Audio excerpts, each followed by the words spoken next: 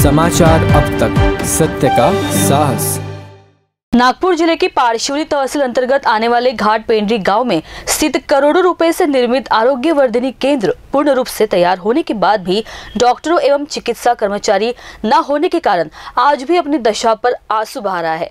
पंचायत समिति पारशिवनी अंतर्गत आने वाले घाट पेंड्री गाँव में आयुष्मान योजना अंतर्गत आरोग्य वर्धिनी केंद्र घाट पेंड्री का निर्माण राज्य सरकार के द्वारा करवाया गया था। इस अस्पताल में मेडिकल साहित्य सहित फर्नीचर, एसी, बिजली फिटिंग, अलमारी, मरीजों के बिस्तर आदि सब कुछ इस अस्पताल में आ चुका है, परंतु शासन प्रशासन की अनदेखी के कारण अभी तक इस अस्पताल में डॉक्टरों एवं चिकित्सा कर्मचारी नहीं नियुक्त किए गए हैं, जिसके कारण इस दुर्गम इलाके में रहने वाले नागरिकों को आज भी इलाज के लिए मध्य प्रदेश के छिंदवाड़ा जिले में जाना पड़ता है। ट्रायबल एरियामध्ये घाटपेंड्री इथे हा खूप सुंदर असा आरोग्यवर्धिनी हॉस्पिटल हा तयार झालेला आहे आणि यावर करोडो रुपये खर्च केलेले आहे आणि मी वारंवार याचा पाठपुरावा पण करते।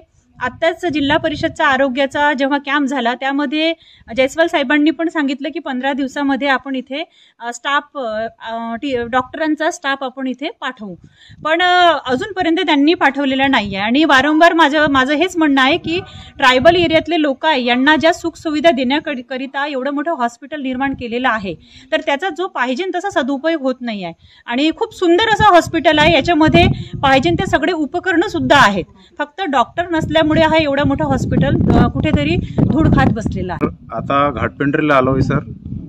आता इथं इच्छा हॉस्पिटल बघत आहोत। आता या हॉस्पिटल चालू असताना इथं 5-6 गावांना व्यवस्था होऊ शकते, परंतु इथं स्टाफच नाही सर डॉक्टर लोकांचं। आणि सरांचं मागे ऐकण्यात आलं की उद्घाटन होणार आहे या हॉस्पिटलचं, तर उद्घाटन झालंही नाही आणि इथं स्टाफ नाही असल्याने आता काही आरोग्य लोक इथं येत नाही सर। जेवढा लवकर चांगलं चालू होईल सर तर ते बरं आहे सर इकडल्या लोकांकरिता। समाचार अब तक न्यूज के लिए अजय मेहरकुले, रामटेक।